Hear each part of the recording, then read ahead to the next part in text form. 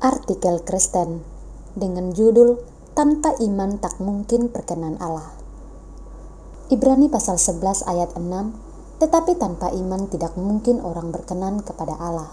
Sebab barang siapa berpaling kepada Allah, ia harus percaya bahwa Allah ada dan bahwa Allah memberi upah kepada orang yang sungguh-sungguh mencari Dia.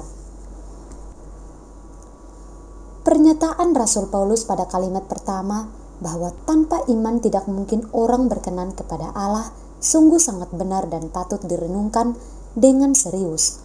Dalam kehidupan sehari-hari dan medsos kita sering mendengar orang berkata, yang penting kita lihat perbuatannya atau dari buahnya.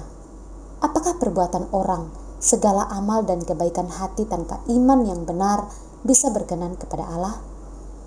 Apakah perbuatan baik penyembah berhala akan menyenangkan hati Tuhan? Coba direnungkan. Di dunia kita bisa bertemu dengan banyak orang baik, bahkan mungkin orang yang sangat baik. Ada orang yang saking baiknya ia membagikan seluruh hartanya. Dia bikin yayasan, membangun banyak rumah sakit, membangun sekolah, memberi beasiswa, tetapi dia tidak percaya ada Allah. Dia percaya evolusi, bahwa seluruh alam semesta ini dari hasil evolusi. Apakah semua kebaikan orang ini bisa menyenangkan hati Allah? Kalau saya yang jadi Allah, semua kebaikannya menjijikan saya karena dia tidak percaya saya eksis. Sampai di sini saya yakin pembaca bisa memahami pernyataan Rasul Paulus bahwa tanpa iman tidak mungkin orang berkenan kepada Allah. Bagaimana mungkin orang yang tidak percaya ada Allah bisa berkenan kepada Allah walau dia berbuat apapun yang terbaik bagi manusia? Tanpa iman yang benar mustahil berkenan kepada Tuhan. Sesungguhnya iman yang dimaksud Rasul Paulus bukan sembarangan iman, melainkan iman yang benar. Sebab iman yang salah, misalnya iman penyembah berhala, iman penyembah iblis, iman penyembah berbagai ciptaan, adalah kekejian di hadapan Tuhan. Kebaikan apapun yang dilakukan penyembah-penyembah demikian mustahil bisa berkenan kepada Tuhan karena tindakan penyembah demikian sangat menyakiti hati Tuhan. Jika seseorang menyembah berhala dan dia sangat kaya, kemudian dia menyumbang ini dan itu, selalu memperhatikan orang miskin, apakah Tuhan akan terkesan pada perbuatan kebaikannya sehingga mengabaikan sikapnya yang menyembah berhala? Penyembahan berhala itu tindakan yang sangat amat menyakiti hati Tuhan. Ketika bangsa Yahudi keluar dari Mesir, saat tiba di Sinai, mereka membuat patung lembu dari emas dan berkata itu Jehovah. Tuhan sangat marah sampai mau memusnahkan mereka. Bisakah perbuatan baik manusia menutup mata Tuhan dan meredakan amarah Tuhan terhadap penyembahan berhala? Mustahil. Tanpa iman, yaitu percaya pada Tuhan, tidak mungkin perbuatan manusia bisa berkenan kepada Tuhan.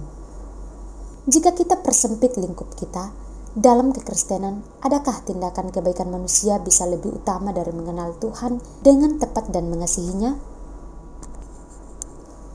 Kita semua tahu ayat terkenal yang ditulis oleh Yakobus bahwa iman tanpa perbuatan itu mati. Yakobus pasal 2 ayat 17, demikian juga halnya dengan iman. Jika iman itu tidak disertai perbuatan, maka iman itu pada hakikatnya adalah mati. Tetapi jika tidak ada iman melainkan hanya perbuatan, apakah bisa hidup? Masuk akalnya ialah harus ada iman dulu, dan iman yang benar itu menghasilkan perbuatan kebenaran dan kebaikan. Jika tanpa iman yang benar Tuhan akan berkenan pada perbuatan kebaikan, maka perbuatan kebaikan para sahadu di Himalaya akan diperkenan kepada Tuhan, dan William Carey sudah buang waktu dan tenaga memberitakan Injil ke India. Iman lebih utama dari perbuatan. Tanpa iman tidak mungkin orang berkenan kepada Allah. Tanpa pengenalan yang benar kepada Yesus Kristus, semua perbuatan kebaikan sia-sia belaka. Filipi pasal 3 ayat 10, yang kukehendaki ialah mengenal Dia dan kuasa kebangkitannya dan persekutuan dalam penderitaannya, di mana aku menjadi serupa dengan Dia dalam kematiannya. Kekristenan sedang dikacaukan iblis, sehingga muncul banyak kelompok Kristen yang mengabaikan doktrin dan mempromosikan perbuatan kebaikan. Bahkan ada pengkhotbah yang mengajarkan bahwa percaya Yesus saja belum bisa masuk surga. Seseorang harus berusaha menjadi sempurna seperti Bapa di surga, barulah dia bisa masuk surga. Ini Kristen sesat, Kristen yang doktrin keselamatannya terkacaukan oleh pengajaran agama lain yang mengandalkan perbuatan untuk masuk surga. Iman tanpa perbuatan adalah mati, tetapi tanpa iman yang benar tidak mungkin manusia bisa berkenan kepada Allah.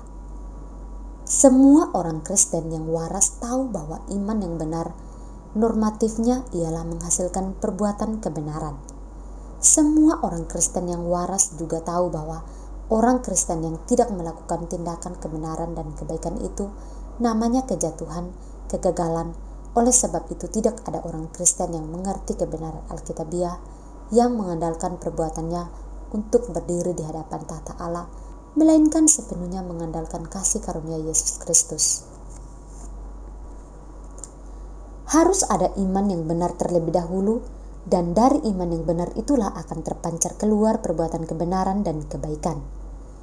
Perbuatan yang terbit dari iman yang benar barulah akan memperkenankan hati Tuhan. Terlebih dulu bertobat dan beriman dengan benar, kemudian dari iman yang benar berbuahkan perbuatan kebenaran. Bagaimana bisa punya iman yang benar? Alkitab adalah buku petunjuk iman yang Tuhan berikan. Pengajaran doktrinal, yaitu pengajaran yang disimpulkan dari ayat-ayat Alkitab secara sistematis dengan akal sehat, akan menjadikan orang mengenal kebenaran sehingga ia bisa menyembah Tuhan dengan cara yang diinginkannya, beriman dengan benar. Kemudian semua perbuatan mengikuti iman yang benar itu. Mungkinkah orang Kristen yang mengikuti pengajaran doktrin yang salah, namun sangat penuh kasih dan sangat giat akan berkenan kepada Tuhan? Baca apa yang dikatakan Rasul Paulus. Roma pasal 10 ayat 1-2. Ayat 1, saudara-saudara, keinginan hatiku dan doaku kepada Tuhan ialah supaya mereka diselamatkan. Ayat 2, sebab aku dapat memberi kesaksian tentang mereka bahwa mereka sungguh-sungguh giat untuk Allah, tetapi tanpa pengertian yang benar. Contoh para saksi Yehova pengikut Mormon, mereka bukan kurang kasih dan kurang giat, melainkan sesat secara doktrinal. Iblis telah masuk ke dalam kekristenan dan menghasut orang Kristen agar mengabaikan bahkan memusuhi doktrin. Karena di gerejanya terdapat doktrin yang salah, dan iblis mau kesalahan itu dipertahankan, bahkan mau disesatkannya semakin jauh, sehingga menghasutnya untuk mengabaikan doktrin. Iblis tahu ketika orang Kristen memperhatikan doktrin, menyelidiki doktrin bahkan berdebat tentang doktrin, maka akan melihat kesalahan gerejanya dan akan merasa tidak enak terus-menerus dalam kesalahan. Iblis berusaha membelokkan perhatiannya dengan berkata, yang penting buahnya. Padahal bagaimana bisa ada buah anggur kalau pohonnya beringin? Bagaimana lalang bisa berbuahkan gandum? Apakah yang menghasilkan atau menumbuhkan gandum dan lalang? Benihnya. Benih gandum itu doktrin keselamatan yang alkitabiah. Benih lalang itu pengajaran salah dan sesat yang disusupkan iblis.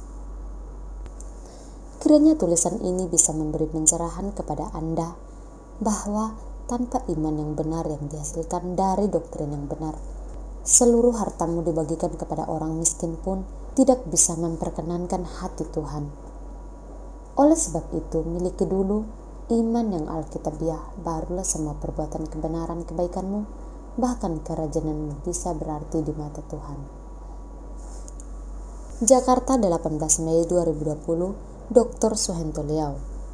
Jika Anda ingin membaca artikel tentang kekristenan, silakan kunjungi website kami www.grafeministry.org, drswantelioblog.grafeministry.org, YouTube GBA Grafe dan GBA Indonesia. Demikian pembacaan artikel kita pada hari ini. Saya Yani Bopo, pamit undur diri. Maranatha.